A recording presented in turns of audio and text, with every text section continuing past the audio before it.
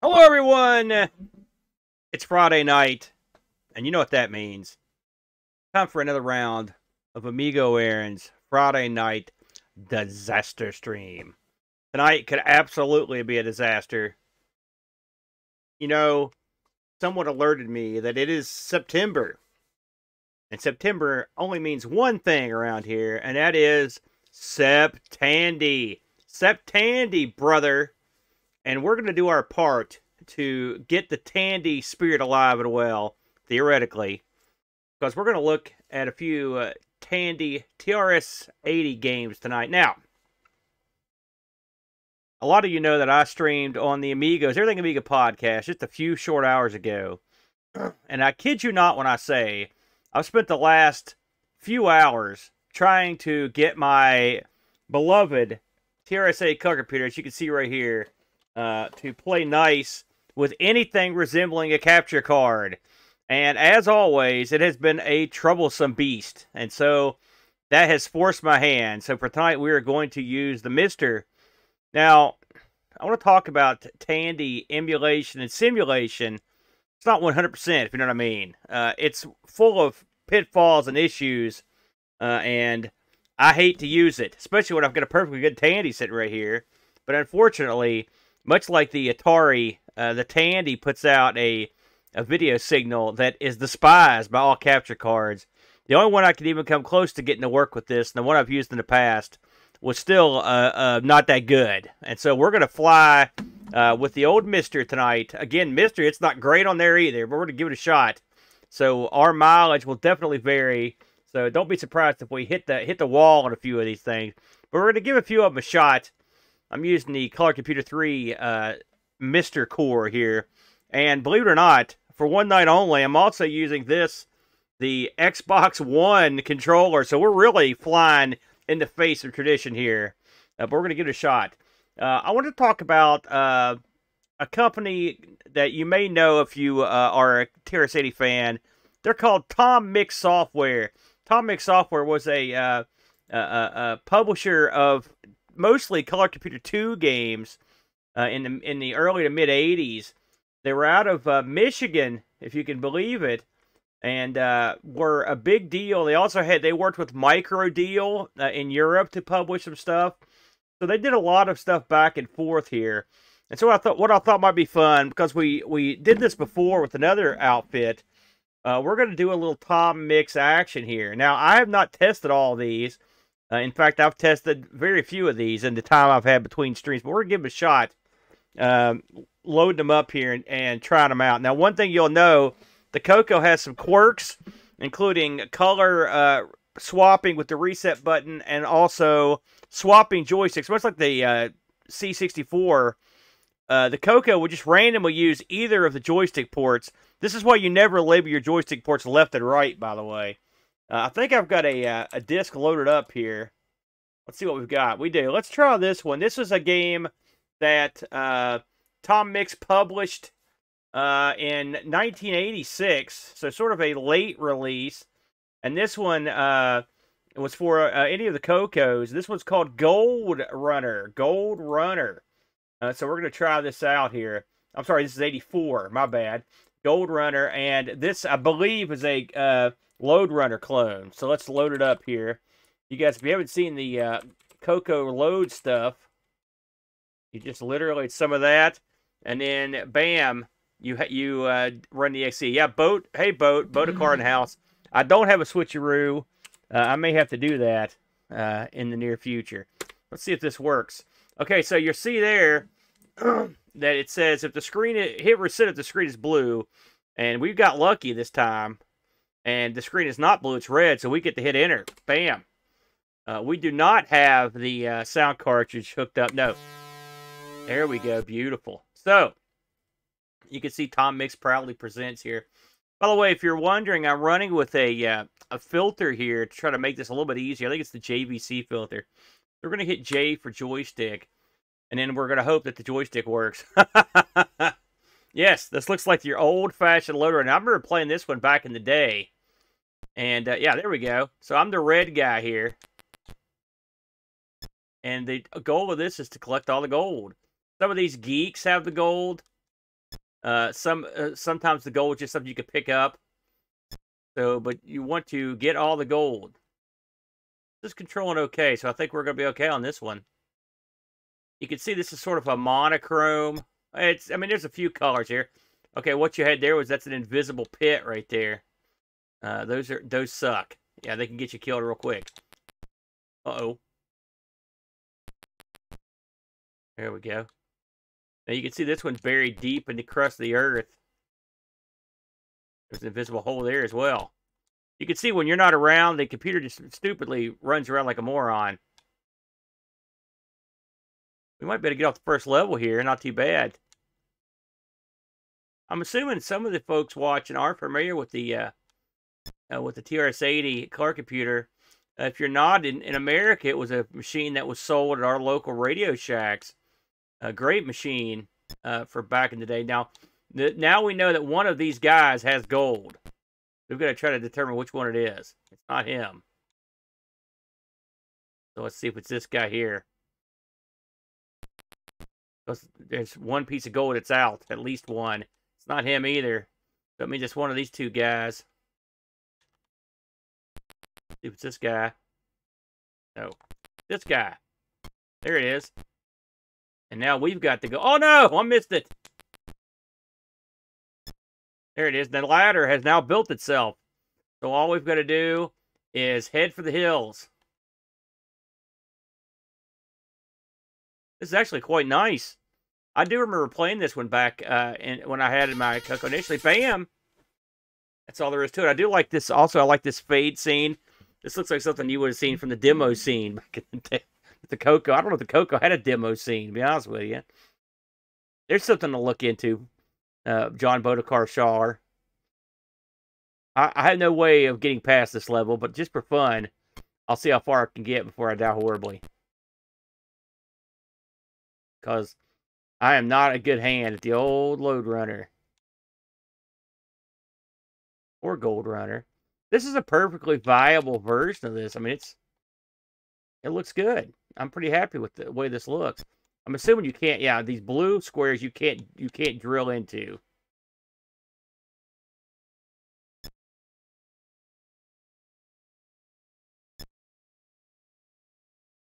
Come on, Buck. You turn that off. That's cool looking. Buck says he turns off the cool transition. Okay. Maybe I will be able to get off this level. Hold the phone now. Maybe I'm great at this game and I never knew it.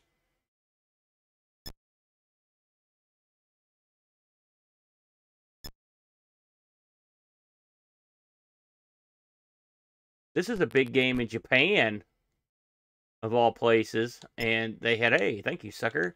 They had many versions of this, including me and the Brent have played a couple of them, including an arcade version and a very difficult version on the Game Boy Advance. I believe me and Boat played.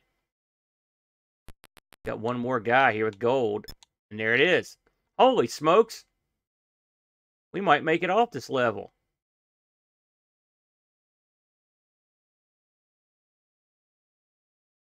I don't recall when Load Runner originally was released, but I would wager it was before 94, so I'd say this one took a while. And there we go. And there we go. Gold Runner. So we're off and running with that one. I'm going to pick a whole new game here. Let me roll up here, and we're gonna try another clone here. You know, Tom Mix clones were their bag. You know, so we'll try one more clone here. This is one I actually tried earlier and finally got it working. I was pleased as punch to get it working, and it is over here to it.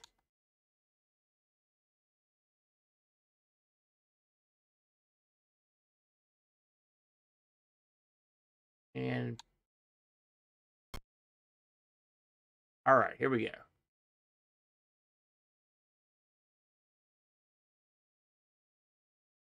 Okay, we just do a little cold reset here. Now,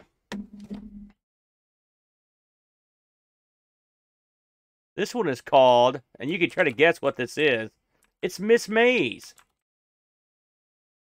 I remember when this one came out, I was very impressed, given what was available for other machines. You know, now, as I recall, this one, you want it to be blue. So what we're going to do here, they make it a little bit easier in the mister. You just do that. Now, we should be good to go. Yep, and her bow is red, and that's what we wanted.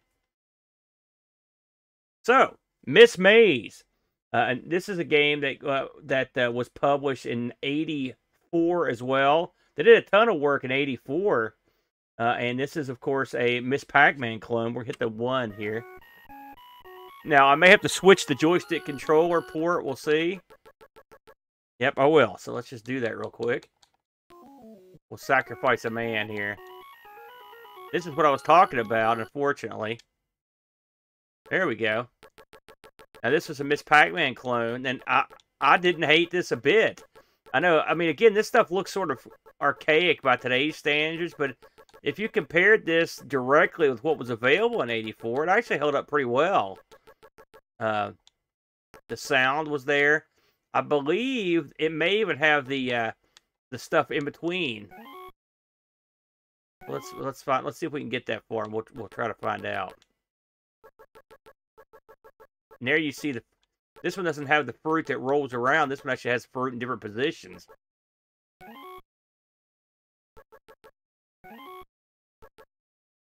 The ghosts are pretty vicious, though. You can see the ghosts, sort of, they act odd, the way they move. They don't move like the ghosts in the actual game. They sort of meander to a certain degree. Of course, this wasn't the only Miss Pac-Man clone on the Coco, but this is the one I remember whenever I think about it. Let's see here. You can see how they just sort of, they're just hanging out. They're not really trying to get me. You know, it strikes me as odd. Like, there's one almost always in the cage. So, yeah, it's kind of strange. I just want to get past the first level here and maybe see if we can see one of the little shows. Uh-oh. Thank God they're dumb. I have a feeling they're going to get much more intense very soon. I think we can get off this level anyway. Whoops. Oops, I screwed that up, didn't I?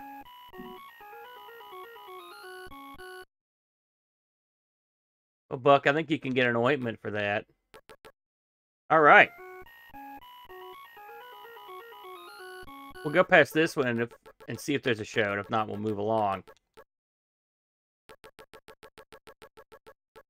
You know, I'd like to own some stuff that Tom Mix made, but I know a lot of their stuff, you know, this is the old days, so a lot of their stuff was actually just not really in a proper box. I'd say probably the majority of it. I don't know how much was in the box.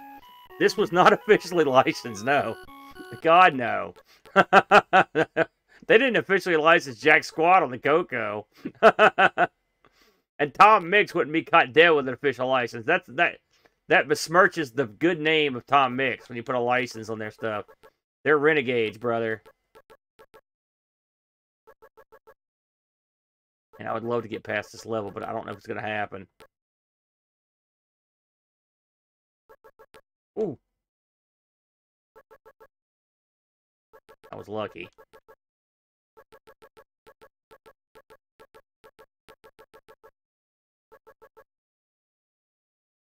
It's funny because I really don't want to eat them because that puts them, they come back so quickly that it makes it difficult to deal with them. Oh, I think that might be it. Yeah, there you go. Sorry about that.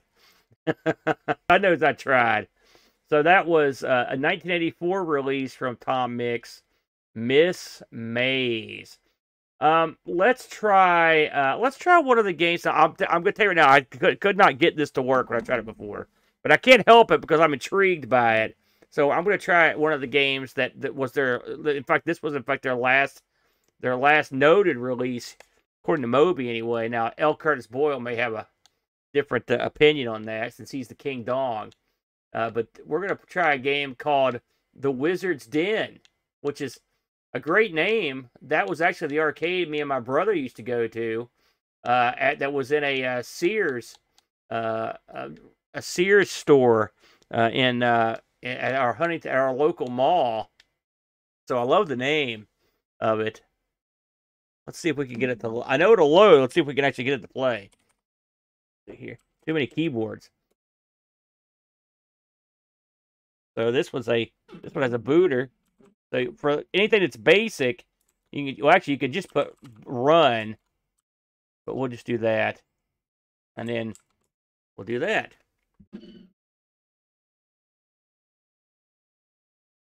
Okay, now you see, of course, this one you can see the color test is backwards. Simple matter of going here and, oops. The simple matter of going here, hitting that. There we go. Now we've got it right. And then when that's done, hit the space bar. Got it. Ooh, funky. That's pretty cool. Okay. So this is the Wizard's Den 1987. I've been looking for credits, programming credits on these, but I haven't seen. This one was done by a fellow named Matt Harper. Matt Harper, this is his only credit on Moby. Again, your mileage may vary if you go into the realm of L. Curtis Boyle. We're going to try the joystick on this, and if that doesn't work, we'll try the keyboard. So we're going to enter the maze. I may have to switch the port on this. Oh, no. Okay. All right, here we go. So this is a game where you go around, I think, and you just try to shoot bad stuff. Look at that. It's got scrolling. Oh, God. I don't know if this stuff is bad, or I don't know what these things are. Yeah, I've never played this one before. I couldn't get this to work before, but with the new joysticks, things are working better. Okay, I found a ring. That's kind of cool. This has a little bit of time bandy look to it. The trees do, anyway. Oh, God! I don't know what my swordsman shoots, but I'm glad he does. Oh, God! So it looks like that stuff can't follow me in some places. Oh, but it can here. Holy crap!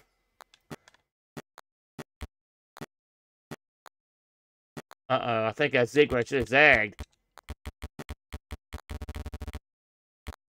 I'm going down.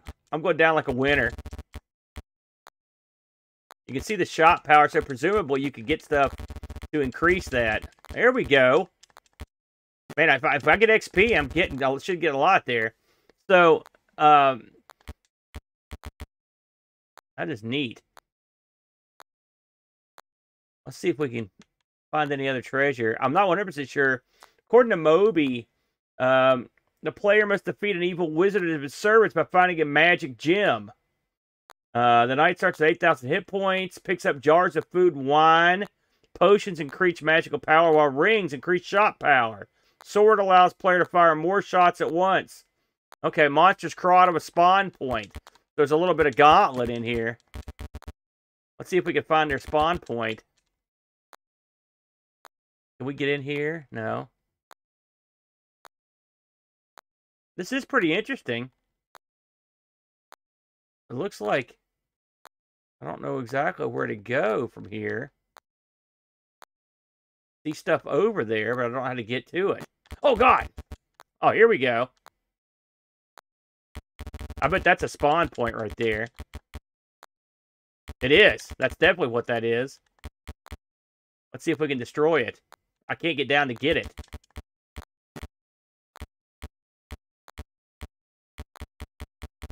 We're just going to avoid it for now. I love the fact that this scrolls like this. This is a pretty advanced game. By the way, these are all Coco 2 compatible so far. I don't think they did anything in the realm of, oh, man. Okay, that must be like a thorn bush or something. Because, man, I was losing power like a maniac right there. I think I've got to go through that to get up there. But, well, yeah, Boat. I know, man. Listen, you never know what you're going to find, dude. That's why I like these streams. You never know what you're going to find.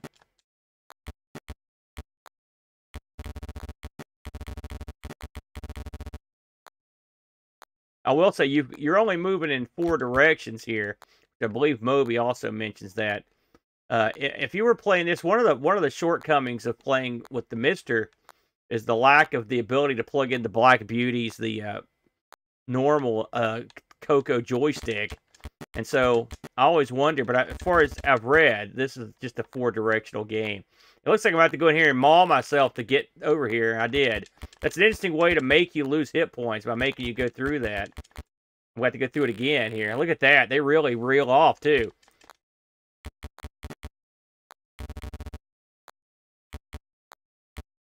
Oh, here's a big gate here. Oh, man. Yeah, it looks like maybe a potion or something here. Oh, I drank wine. Hey, this is already my favorite game. That's a big spawn point. This is a pretty big level, if I'm honest. I didn't expect it to scroll this far. This seems like a pretty advanced title for the Coco 2 to be handling. And the graphics are what you would expect in terms of color. Man, I'm starting to get overran here. I don't know where to go. Oh, man. This is not looking good. They give you a goodly amount of health, though. At least I didn't come out just to get instantly mauled. Yeah, I know, dude. Oh, there's all the rings up there. Do I have to travel? Maybe I can travel through that area where that guy's at. I just saw he went through it. Let's see if it'll let me out. Yeah, yeah. Oh, yeah. Keep off the bones. It says, look at all these rings I just picked up. My shot powers just went up to 6. Yeah, now I'm crushing it.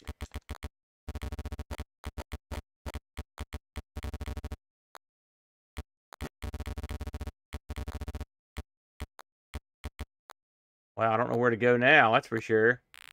Oh! Man, that does a bundle of damage.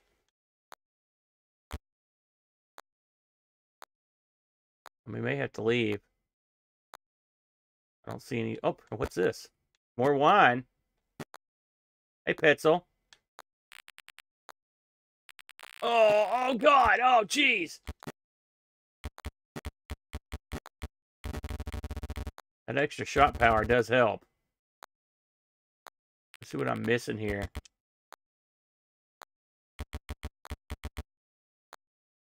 Man, there could be something on the other side of this mess.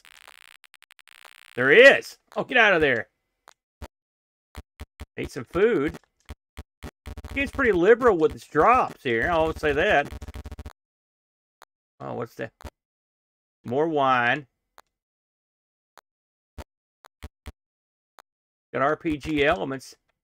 We know Cody over Pixel Gaiden can get into it now. Man, is there anything? Oh, God. Oh, jeez. Oh, good God. Get me out of here. Oh, that does so much damage. Well, I'm at a loss now.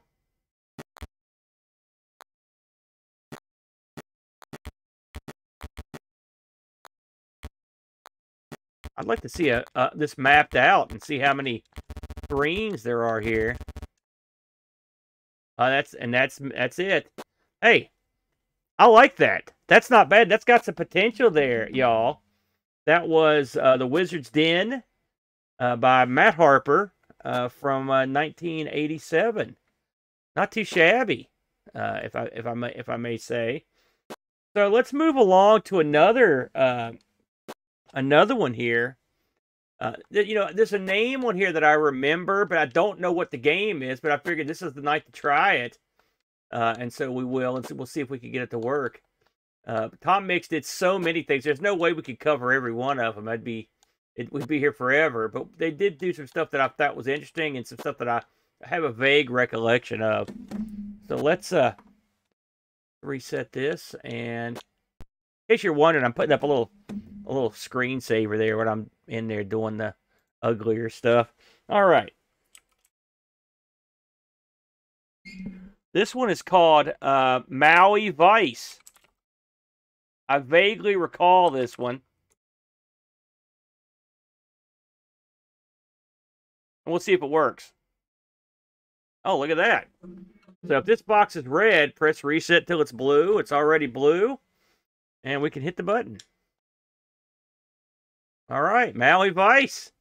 Maui Vice, 1985. And this one was from Steve Hartford. Yeah. Oh, yes, this is one of these. Steve Hartford, by the way, did a lot of games. Including one we actually played on ARG, which was Franchise, which was a real fun game. He also was responsible for Star Trader, Sam Sleuth, The Misadventures of Eddie, Marooned, and my personal favorite, Nuke the Love Boat. Nuke the Love Boat. So you know that's a good one. So this is a game. This is a game where you it's like a point and click sort of a game here. I'm already impressed with the interface. We'll have a look at this real quick. See where you can go. See if I can actually drive anywhere. Oh, yeah. Oh, I'm actually controlling the car.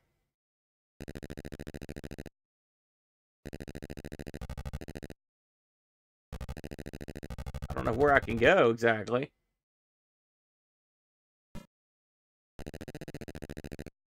Yeah, it's Docket and Bubs. You got that right.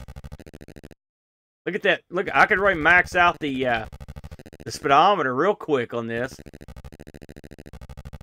Let's hop out right here.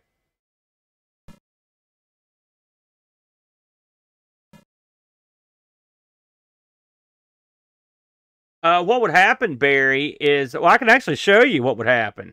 If you're interested, that's a good question. If you're not familiar with the Coco, what you're doing there is setting the artifact color set. So right now it's right, but here's what it would look like if it was backwards. It sort of makes everything look... It's like a nuclear winter is happening. That's what it would look like. So now it's not the worst, and I will say, me and the Brent have played many a game over the years with the colors not bothering to mess with the colors. When you have a real Coco, you actually have to hit the reset button until you get the artifact color set that you want. And so what happens is you'll sit there and hit that sucker a bunch of times. Now they wised up on the Coco 3, and you can hold down, I believe it's F1 when you hit reset, and it'll automatically switch to the other one. But back in this day, that you didn't get that choice with the Coco 2. Of course, I could do that. I suppose I could do that here, but we never know what we're going to need. So let's see what our other... I'm looking to see what some of this other stuff is. If I can use the keyboard on this. Oh, this is neat. So you can actually... Here's your inventory. How's it going, L. Curtis Boyle? I invoked your name and lo, you appear. And so now we're asking Richard questions. I don't know if he's here. Oh, here we go. Valet parked my car. That's just a jerk. That's a jerk thing to say. Now, this looks interesting here, actually. It's probably going to take a little more time than we're willing to devote to something like this now, but this looks pretty cool. Like I said, I really liked Franchise back in that when we tried that one. That was a lot of fun, and so you could tell the same guy who was a real hot dog of a programmer. He knows what he's doing here. I'm pretty impressed. I'm pretty impressed with the way that one looks. But we'll get into some more actiony stuff here. I thought that's what that was, but I wasn't 100% sure. So there's a game. We're gonna go back into the clones, if I may get into it. You know, I'm a big fan of Tapper on the in the arcade, and the Coco has a good version here that Tom Mix was involved in. So we're gonna try that one, and it is called Brewmaster, which good name. You know, I actually have played this one back in the day. It was a lot of fun. So we'll see if we can get it working. So let's fire this up here. Should be ready to go. Every time I've changed games, I type on the wrong keyboard. So there it is. So let's load this up. Yeah. Oh, Dave. Oh, that's nice. Curtis is in. If you're not paying attention, of course. Well, this might be out before it comes on, but tomorrow they're having David Dees, or is that it is pronounced Dees, isn't it, Curtis?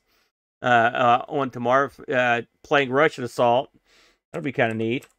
Let's see if we can get this thing going. This is Brewmaster. We'll see if this looks correct. Sometimes it doesn't tell you. You just have to sort of hope. So we'll see. That looks good. Okay. Now, Brewmaster, as you can see here, is a game 1984. Roger Smith. Roger Smith did a lot of stuff, including Skyway, Sand Rover, Liberty Ship, Flippy, Weirdo. I haven't tried a lot of those. I want to give some of those a shot. That sounds pretty good. Let's give this a shot here. I like the music on this. You can tell this is the same. These guys knew how to use the Coco sound quite nicely. So, oh, good. We're in good shape here.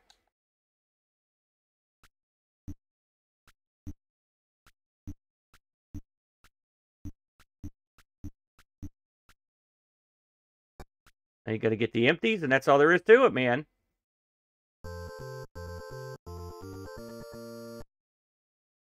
I believe this has different stages as well, if I'm not mistaken. Oops, that guy didn't want one. It's kind of hard to tell on this thing. Try this again.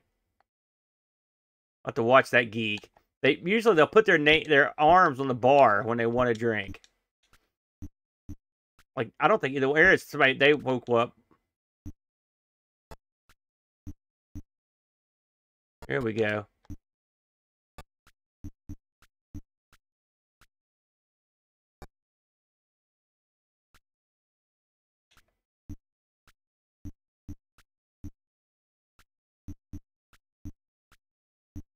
I gotta at least get to. I'm pretty sure this has the bonus stage. Oops. Oh, what did I do? Oh, no. Try this one more time. You know, this game heavily reminds me of bar games. Just thought I'd throw that in there. For those that were watching the Amigos earlier.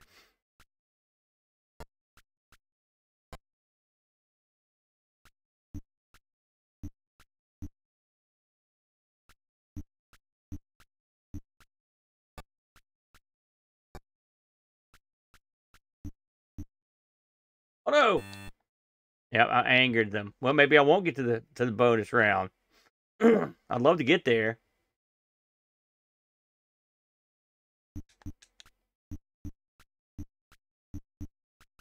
This is a funny game, though. Even in the arcade, it's funny. Because that's just the way... Sometimes some levels get hard for no good reason.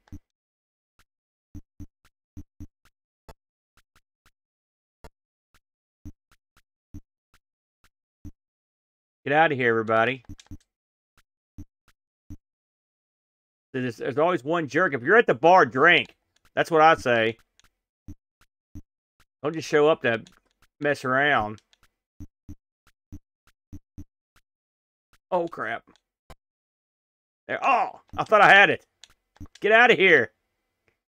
No!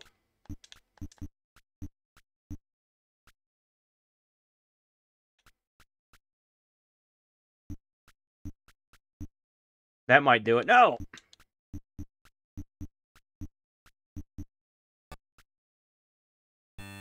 What? Ah! Dadgummit. Well, there you go. That one's pretty simple to understand. Oh, this one does have the in-between part, though, where he shakes the beer. You try to figure out which one it is. I always thought that was kind of cool. So that was Brewmaster. Again, Tom Mix, of course, from 1984. Try another one here. I think we're going to try, let's see here. Let's try, oh, here's one of my favorites. I've got one right here. It's just a real favorite of mine from back in the day. Let's see if it holds up. I haven't played this for a while. I was a big fan of Bump and Jump in the arcades. I love that game. And they made a version for the Coco called Color Car. This one might even have an enhanced version now that I think about it. But we'll try just the regulation version here and see if it works. Hey, remember not to type on the wrong keyboard that time. Yep, Color Car. Here we go.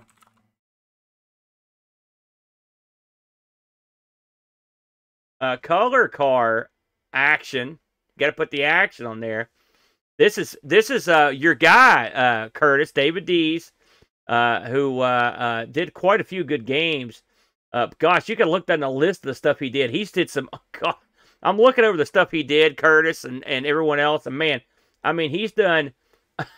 He did Gauntlet, Russian Assault. He did Paper Route. He did Karate, Knockout, Marble Maze. These are some great games. Great games. So he'll be a great guest. Yeah, if you guys get a chance, check out the guys over at the Coco Talk show. I almost forgot what it was called for a second there. And that should be a lot of fun tomorrow. So we're going to change this over to red. There we go. And then hit enter. Bam. I remember when this came out, I really thought this was awesome. I mean, I really loved this game. So I'm going to switch joystick ports on this one, I think. Try it here. I don't know where to do it at.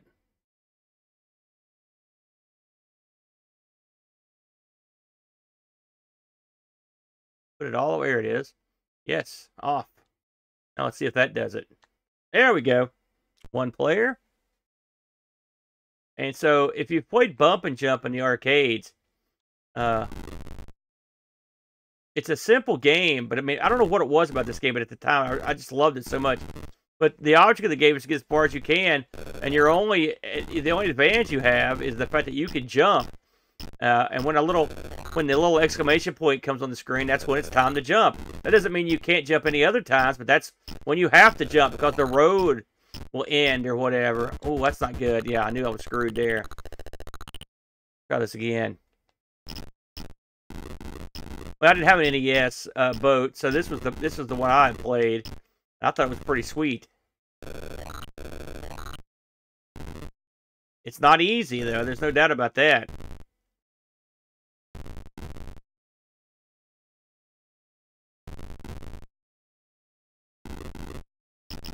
Once you get going in this, it takes you a minute to get going, but once you get going, you feel like you get a pretty good sense of speed. I'm trying to think of who did this in the arcades originally. You know, part of me would say Data East, but that's probably not my. I know it's from Japan. It's got to be Data East or Tato or somebody. Deco. Okay, thank you, Boat. Johnny on the spot. All right, so we made it past the first. I thought Deco was that's the cassette system. That's not the name of the company, is it? Uh-oh. This is bad. I need a bump. Here we go. Now we're okay. That could have been horrible.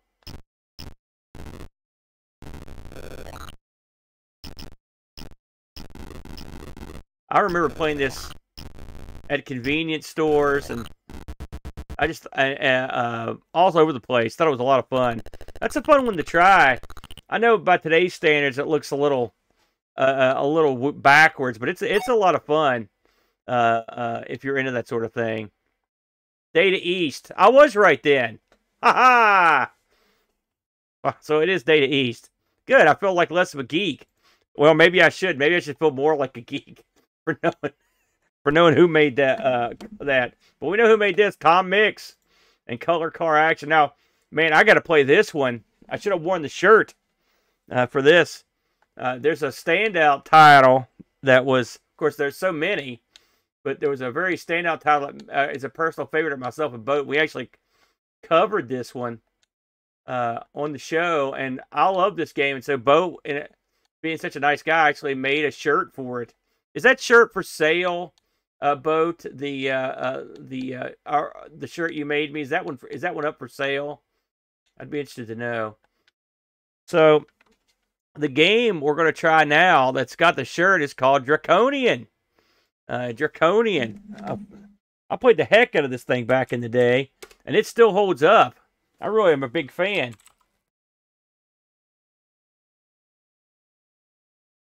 There we go.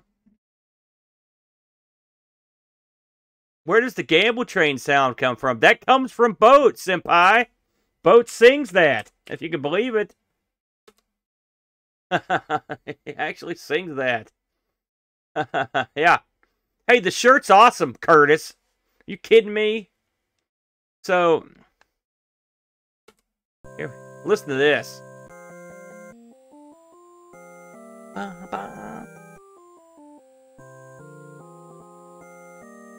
That's too bad, Boat. Boat can't post link to his own. I'm sorry, Boat. I gotta lay down the law on your link posting. Actually, I can't control it either. Listen to how cool that sounds. Mike Hughley. Mike did some notable things. He did Grabber and Alcatraz 2. Grabber, I remember. I don't remember Alcatraz 2 off the top of my head. See if I've got the right joystick for this. And I do not. So we'll quickly... This is what you have to do, like a maniac. Oh, no! I gotta hit the wrong button, too. That's part of it. There we go. Oh, no! Let's see if I've actually gotten control here. I don't. I don't have control. What did I do wrong? Every once in a while you come across one of these games that flat out will not let you use these non-tandy joysticks. And this could be one of them. Because I do not have any control over that one. So, that's a bummer. That's a great game, though, if you get the chance to try it out.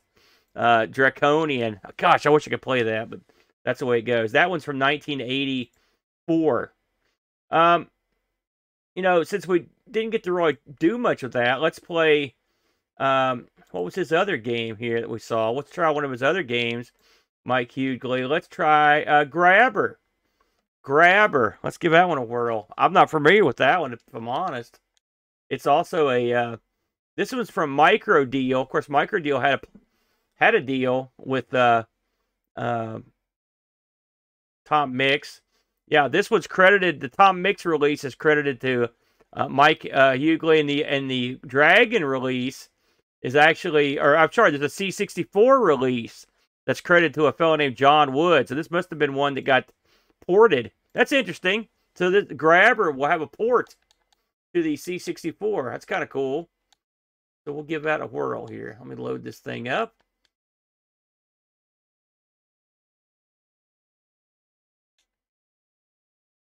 Hopefully it's here. And Grabber. Yep, we got it right here. All right. So let's see what the fuss is about. That was made this something that got ported to the C64. Okay. ADM.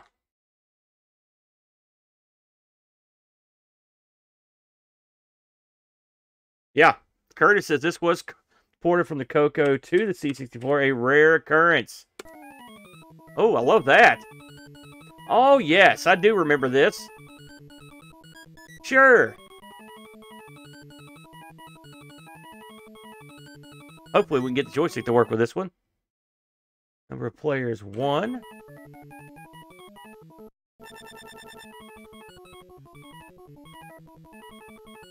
Do I can swap? Funny, I wonder if he just used a joystick thing that is just... Dude, sorry about that. We'll get it. There we go. There we go. All right. So in this one, you control a guy on one side or another. I'm trying to remember what you do here. Yeah, the music's really good. So you're actually playing two mazes here. I think when you're in trouble in one maze, you switch to the other one. I'm not mistaken. But this one's been a while. We have to look at what Moby has to say. So we're clearing this. So I think we're full up over this way. Hit the button. Oh, okay. So now we've switched sides. Now I don't think the blank can be hurt. Oh, I see. Take the blocks to the middle slots. I see. Okay, here we go. So you can see I switched. Oh, This is a tricky one here. This does have that. It's really good tunes on this. Try this again.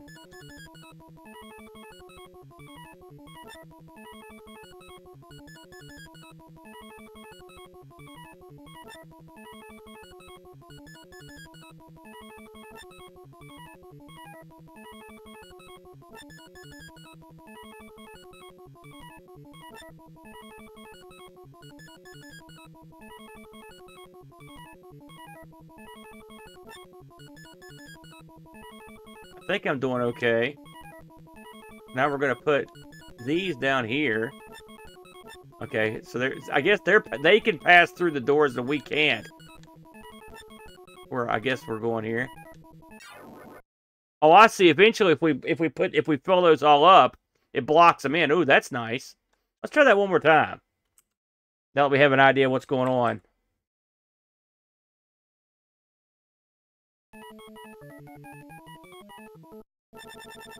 So the number one thing to do is get these in there.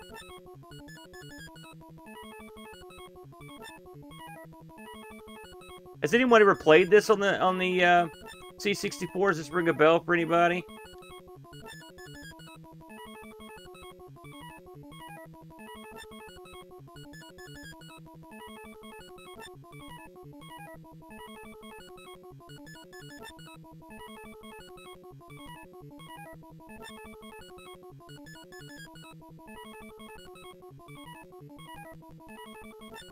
We've got all those filled up. Oh, no. Oh, very good, Curtis. Okay, great. Yeah, check out Canadian Retro Things' YouTube channel. It's aside from the fact that he's got this comparison video, it's a good channel. Ken's a real good guy, too. He came up with Curtis on the way back from the Tandy show, and was real nice to meet him. So, should this end the level? It does. There you go. This is a real unique one. I'll have to say, I mean, I don't think I've ever played a game quite like it. I do remember this. I'm not sure as a kid I knew what the rules were.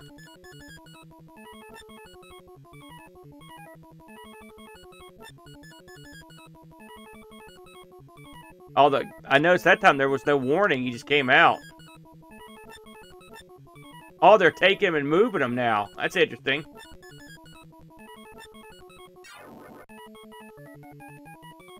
That's something. They came in and took my blocks out. Curtis, what does the white thing do when I change into something? Does that mean... is that like an energizer or something?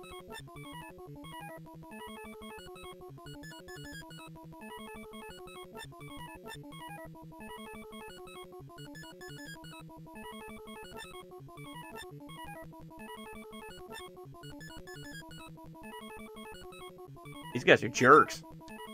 They're moving my crap.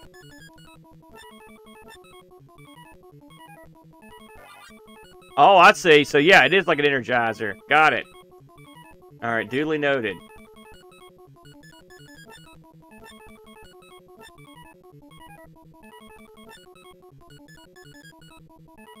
This is definitely a different slant on the whole Pac-Man routine. Oh, I see. So when you eat the Energizer, if you're the right color, you can eat the guy. But if he's the same color as you, you can't. Like, that guy would kill me right there. Oops. Thumbs up to that. That's very interesting. Very unique game right there with Grabber. I'm glad we ended up giving Mr. Hughley another chance there. So, very good. Hey, like you said, it's not often you're going to see something that comes over to the C64 from the Coco. Here's a game I've heard about, but I don't think I've ever played it. It's another, of course, these are all games published by Tom Mix. And this one is called Devil's Assault. Sounds like a cool name. I don't think I've ever played this one, but we'll give it a shot right now. I'm going to get the disc ready here. Hopefully, if I've got it. I've been pretty lucky so far. Anything with devil in it, you know it's cool. So here, I think this is it, Devil. And we'll give this one a whirl here.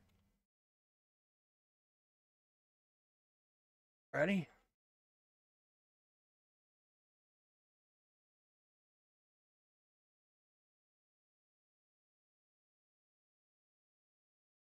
All right. This one, I'm looking at the tape cover for this. This looks quite cool. This one has a real cover. This one's from Ken Kalish. This one came out in '83. Of course, Tom Mix published. I'm looking at his game credits. He's got a game called, in fact, a game that came out in 2003 called Skeleton Plus. It says here inspired. Moby says it's inspired by Phantom Slayer, which is a game that he did. So he's got a long list of what he's done here, including Monkey Kong, Trapfall, Invader's Revenge, a lot of stuff I see in here. Starship Chameleon, which we covered. So he's done a lot of stuff that I've played before. Give this one a whirl here. Unassuming. Okay, select level. We'll go with 1. Make sure that... Oh, yeah. Okay. Oh, okay. Looks good so far. Oh, yeah. So it's a Demon Attack clone. Man, those special effects are bonkers right there. You know, it's funny because the Demon Attack is actually one of the few games that the color computer gets. Look at that. You can actually control your shots. I like it. I like that. Okay, this is shaping up real nice. Like I said, Coco has a Demon Attack clone. I mean, a Demon Attack, the authentic Demon Attack, but this is actually looking pretty sharp. Whoa, look at that craziness. Look at this, you got some Robotron guys coming down. Looks what they look like anyway. I'm assuming there's no shield or anything in this. This is just... Oh, God! Man, they corner me. And they come onto the screen in a really stylish way. You can tell that Mr. Kadish knew a little bit about programming. Sproings! That doesn't sound too good.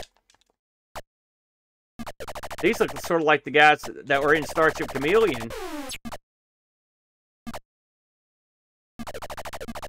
Oh, these are guys you have to shoot a couple times. Oh! Okay, there's no good way to do this. Holy smokes. Man, that is tough. I'm not sure what the secret is to that.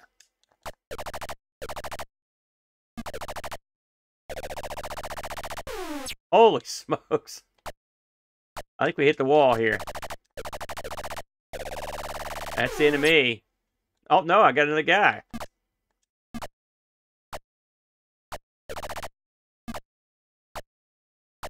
I guess it's a rhythm to the way they bounce. That's what it is. They do. They're consistent in their bouncing. Come on, one more.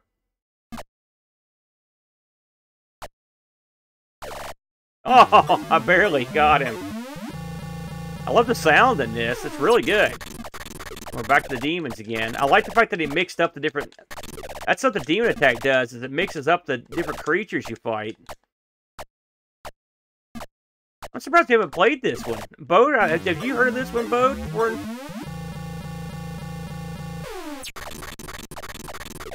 No! No! Oh, jeez. I was boned. Okay. I endorse it. I'm going to give that one credit.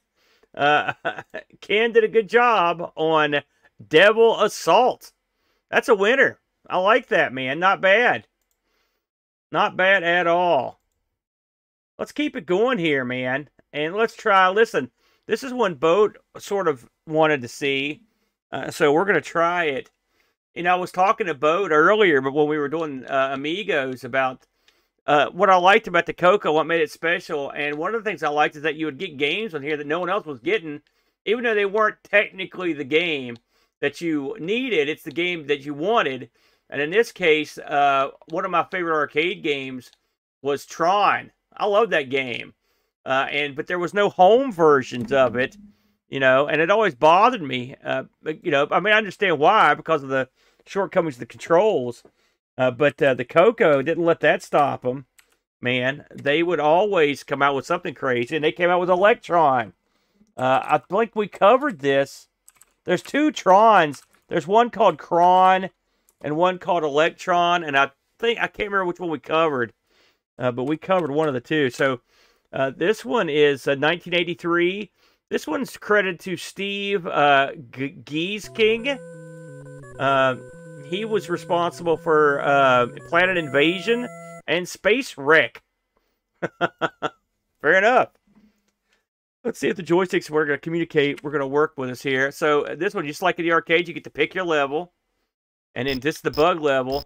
Now, the way this one works is you basically point whichever way you're going here, and so we're just going to ease by these so we can see them all. Of course, in the arcade, you've got that spinner.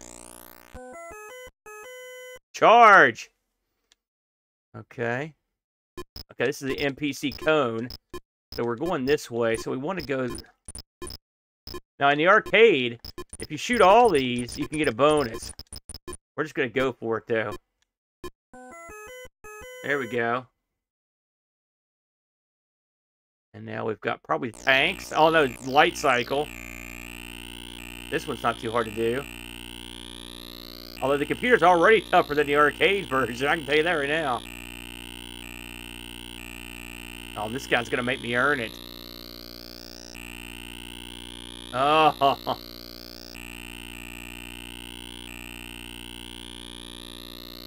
Well, I gotta hope. Oh, I got lucky. I got lucky. So this will be the tanks then. I wonder if this has the teleport here. Let's find out. Yes, it does. Of course, that lack of spinner does you no favors on this, but still, it's still playable. That's all I wanted. I just wanted to be able to experience what I had experienced in the arcade, you know? Look at that. So, and then you go back, and you're back in the next round. NPC cone again. Now, see, it's moving the different direction this time, in case you noticed. And also, it's thicker. It's going to be harder to get through. Oh, didn't quite get in there. Ooh, let's try. I want to see what's changed on some of these levels. Here's your bug level again. It's funny, this game in the arcade, the level, the grid bugs, they said when they were making this game, they had these really beautiful, vivid art pieces with the grid bugs on them, so they thought they were a real big deal. But in the movie, you literally see them in just a few seconds. The funny thing about, but they did the best they could, given what they had to work with.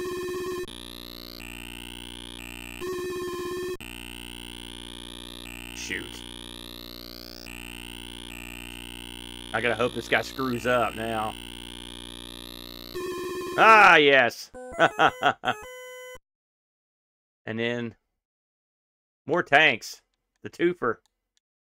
This part of the arcade always gave me trouble with the tank level.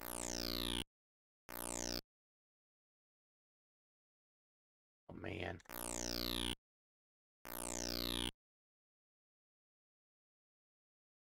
I used to own a Tron machine back in the day. I'm sure I've mentioned that. And it was the heaviest, most dense machine I've ever owned. It was so heavy.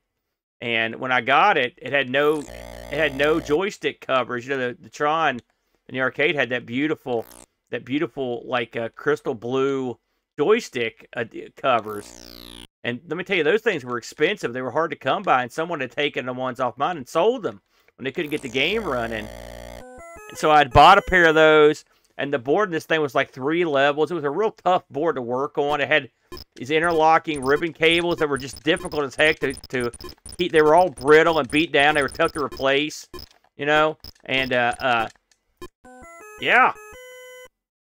I had the game working for 1 day, and I was so great. But I got it working. I was so proud of myself.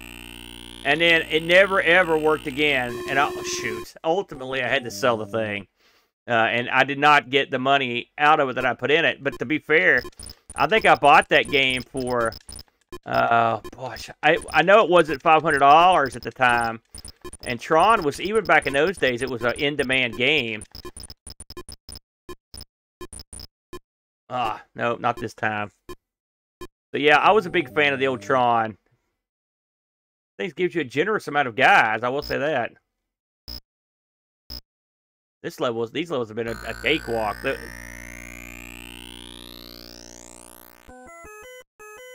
wonder why they chose the da-da-da-da-da-da. That doesn't really fit the movie a bit. It's kind of it's a strange choice to me. Uh-oh. These guys are just sort of random. They're not as difficult as they are in the arcade. They just shoot you whenever you're near them. They just shoot.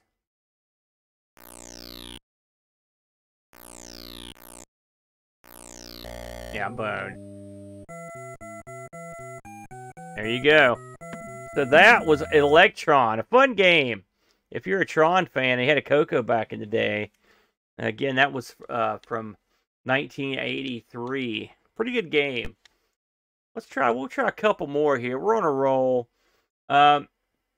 Let's try, I remember when this game came out, this is another Ken game. But, I loved Pitfall. Hey, Super Tech Boy. I love Pitfall on the Atari 2600 back in the day, which is where I initially played it. And so I desperately wanted a Pitfall game for the Coco. I didn't have one, but we did have the next best thing. That's what Tom Mix was here for, to take care of those sort of shortcomings. And they came out with a game called Trapfall. Trapfall was what we got, and this is another one from Ken. This one, 1983, and this one actually got released on the C64 as well. That's crazy. I didn't know that either. I didn't realize they were moving that stuff back and forth.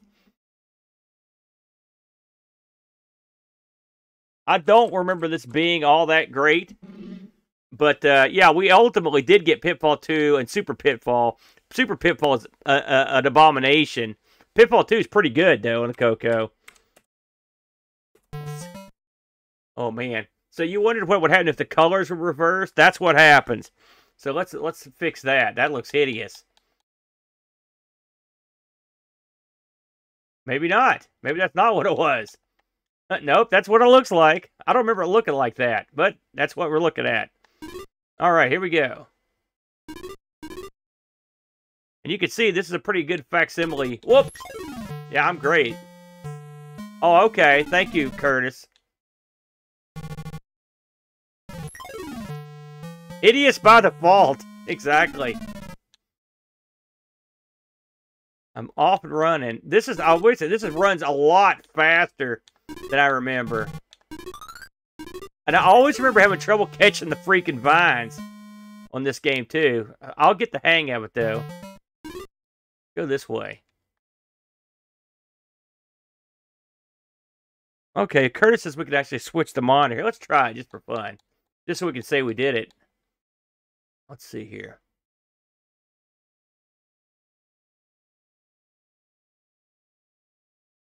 Let's see here. None of this stuff then, Curtis, eh?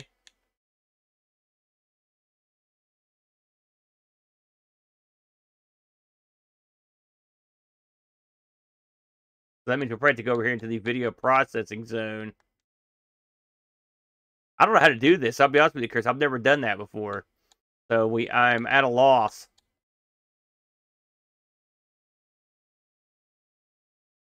Good night, Mitsuyama. Thanks for coming out, man. We'll just have to settle with what we've got here. Oops. Probably hit the button when I want to jump. Try this again. Yeah, I mean, this actually looks better than I remember it. I don't remember liking this game all that much, so maybe it was because I couldn't control it all that well. No, I noticed that the control, of course, I'm not playing with the Black Beauties, but the Black Beauties weren't what I would call the optimum stick for a game like this. Oh. Oh! I'm surprised this got a port to the C64 because the C64 actually had the original Pitfall, as I recall.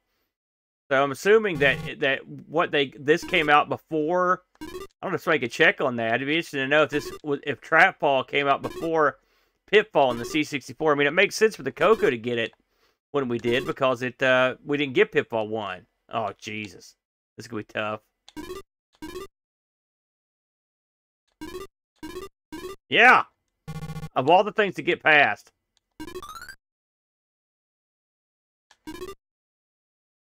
There's the money.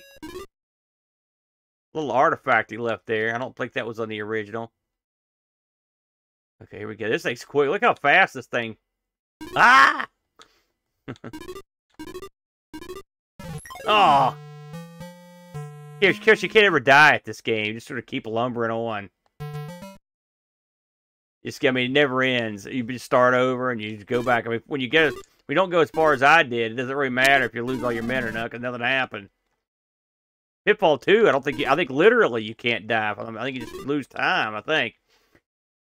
So that was some Trap Fall. I wanted to get that in just because I always think of that when I think of when I think of Tom Mix, because it's the kind of games they did. Just kind of these low end. Sometimes they were higher end, sometimes they weren't type games. See if there's anything else here I want to touch in. Well, you know, one of my old favorite games. Let's see if we've got it on here. I used to own a few arcade machines, as some of you may know. And one of the games I owned was, at one time, I owned a Super Cobra machine. But briefly, I also owned a Scramble machine. I was a big fan of those games back in the day. And the Coco actually got a Scramble. Let's see if they've got it here. I don't know if it's one of the games I've got or not. And they spell it weird. So it could be spelled incorrectly here. Let me see what's spelled with a C. Yeah, I bet this is it right here. Let's try that one. But I always like Scramble. I like those games where you go up, fly over the canyon and blow crap up. You know, it's a thing I had. Those games were really fun. Let's see here. I don't know if this is actually the one Tom Mix did. Tom Mix's it's called Scramble with a K, you know, but we'll see what this is.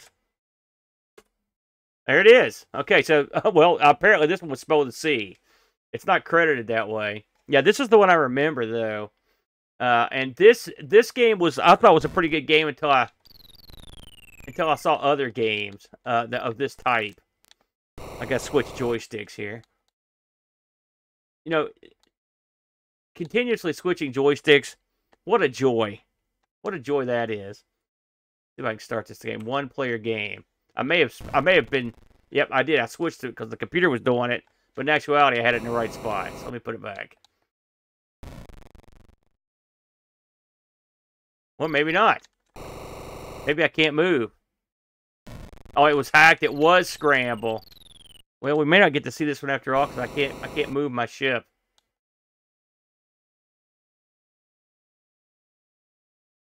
Try this again. One more time.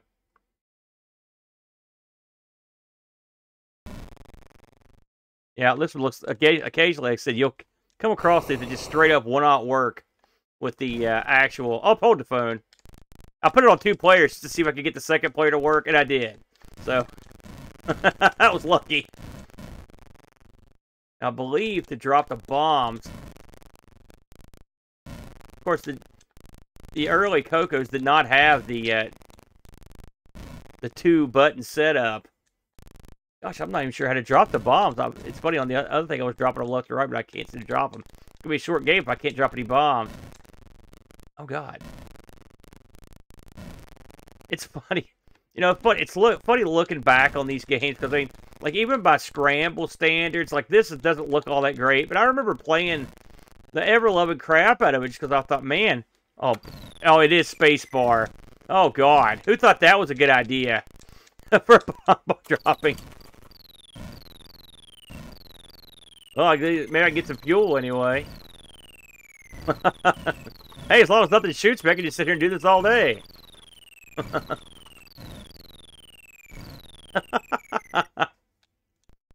kind of want to see, but yeah, you can see it's got the levels.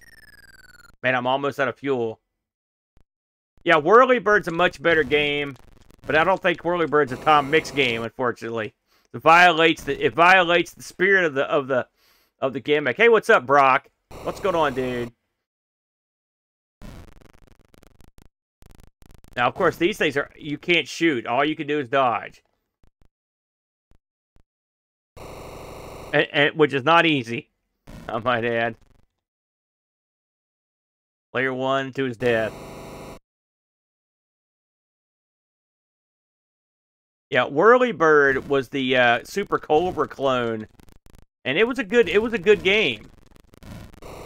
Oh, yeah, that sucks. Hitting the explosion. That's weak. Anyway, that's Scramble. I always thought that was a cool, kind of a neat game. Let's see here. We've been going about an hour and a half. Let's try one or two more real quick. Some of these, I'll be honest with you, I don't know. Because Tom Mix actually did stuff a lot further along than I remember. And they did a lot more graphic adventure games than I would have remembered either. I'm looking through here to see if there's anything here that I don't know. Let's try. Oh, here's what I remember. So, reset that. This one is a game that's called Panic. I vaguely recall the name of this. Good enough for me, so we're going to try it. I wanted to try some different stuff here that I didn't remember. It's just to see if I could remember or not. So if I've got it here, we'll give that a shot. Panic. Here we go. Before the month's out, I'm going to do a one of these streams that's nothing but Nick Cabarente's games. Because Nick's got a great library of stuff built up now. It'll be a lot of fun to play. Including some of the newer stuff that hasn't been seen all that much.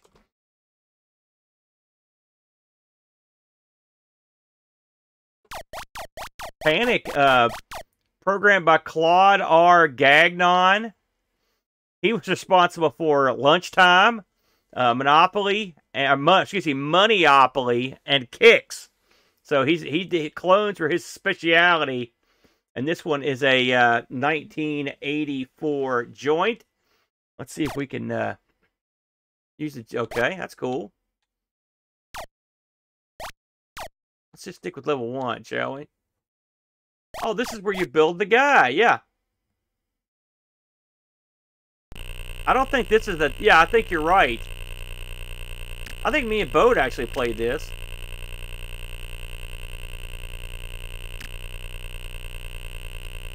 But while we're here... Whoops. Oh, man, I botched that. Oh, no. Come here. I think this is kind of a neat game. Yeah, that's what I was looking for, Curtis. But, when in Rome... Oh, no, I don't want that.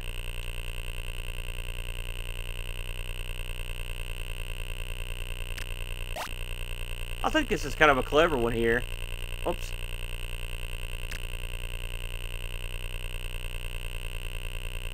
What I like is the grating noise. That's what really puts it over to me. Oh no! I need that head! Oh! No! And when you're fighting down here on the bottom, not good. Yeah, I saw the Tandy copyright on this. I was like, oh, that can't be them. Oh man. Let's see if we can find the actual one that was from Tom Mix here. Although that one is a fun game. There's no doubt about that. I think there were two of these. Let's see if we can find the other one here. I don't want to break the streak. I don't want to break the Tom Mix streak. You don't want Tom mixing out a couple guys. Okay. So I saw what it said, Panic TM. So let's try that one. Let's see if that's the right one. Try that one.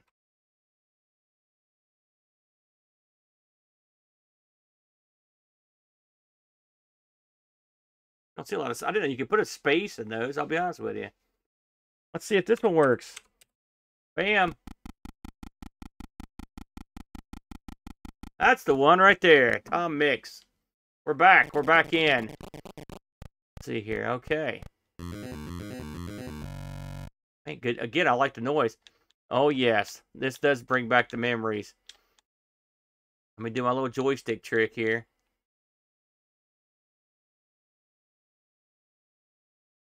You know, one thing I like to do is just repeatedly hit the wrong button. That's the way you do it.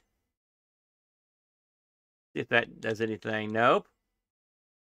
So what we're going to do is just do the same thing we did last time. I'll pick 2 players, and we will see if we can get one of them to work. I've noticed on some of these games, you have a heck of a time getting it to work right. So we're gonna hit reset here, and then this should come back, and then we will put it on 2 players. Funny, it works here. Whoa! That can't be right. Let's do a cold reboot and try that again.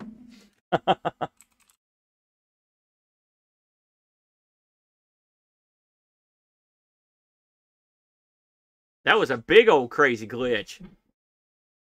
I've noticed that the Mr. cores don't do anything for analog, unfortunately.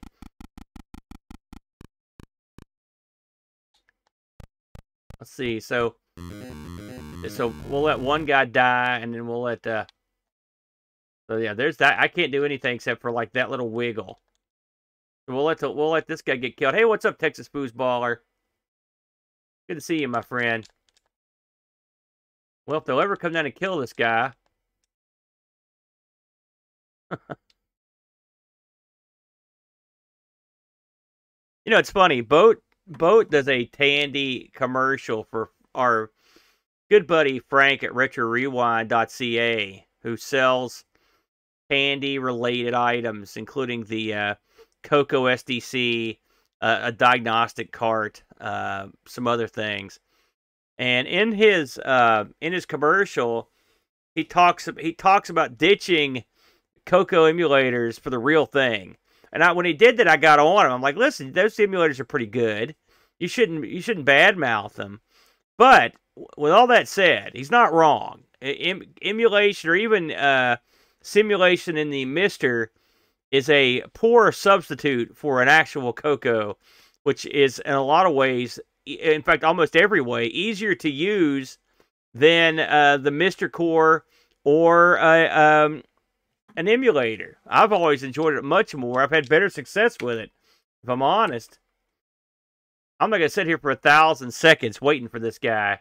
So we may just have to jettison this thing. I don't know if the Coco is just difficult to emulate or just lack of interest. I don't think it's that. I don't know what it is that makes the Coco so hard to get a good emulator on, but it does seem to have problems.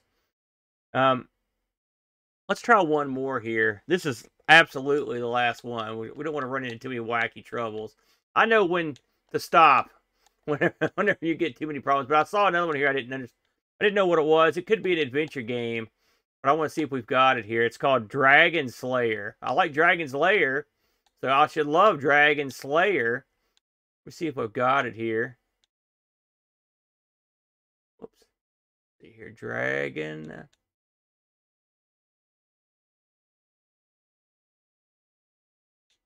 Dragonfire. Gosh, there's so many here. Dragon Race. Let's just try Dragon. Let's see what that is. If that doesn't work, by God, it doesn't work. Let's see here. Huh.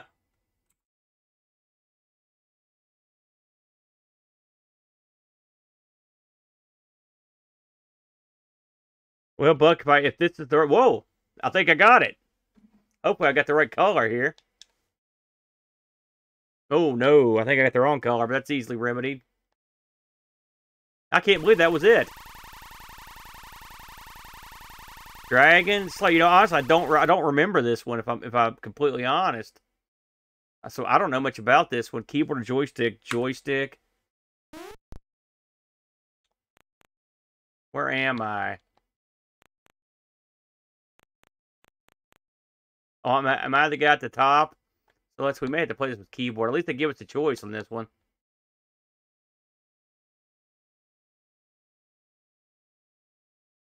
Yeah, it looks like we have to play this with keyboard. That's okay. We'll just reset it and play with keyboard.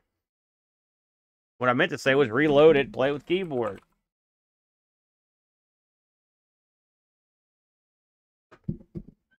Yeah, Buck. How do you play this game? Since you're the King Dong.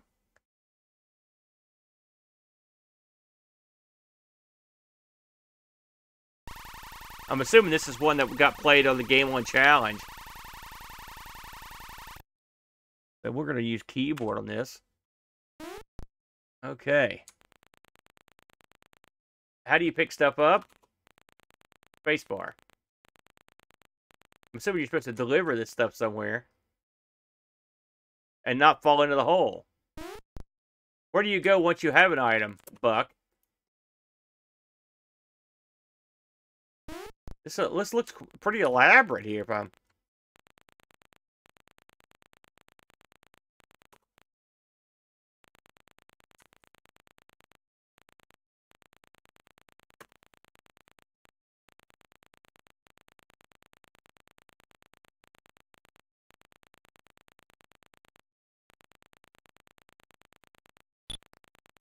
How do you get across gaps in the floor and stuff?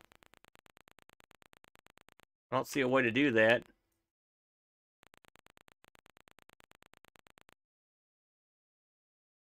Uh-huh. Grow a vine, okay.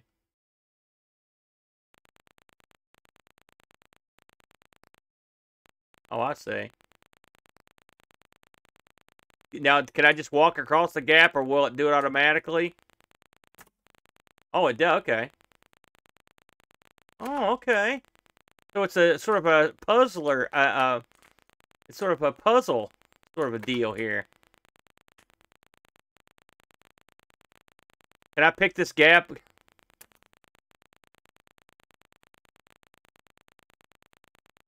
I guess I can't pick that up again, can I? Pick this up and lay it in the gap?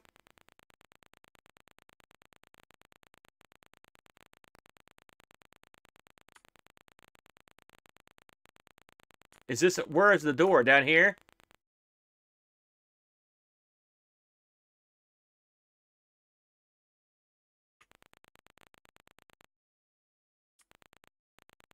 Oh, okay. I got it.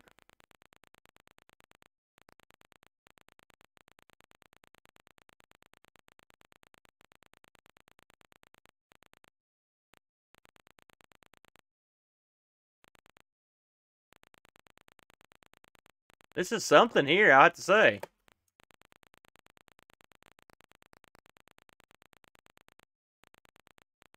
Oh, wow. Wow. So this is a flip screen. Uh-oh. Probably should have brought the sword down in retrospect. That's something.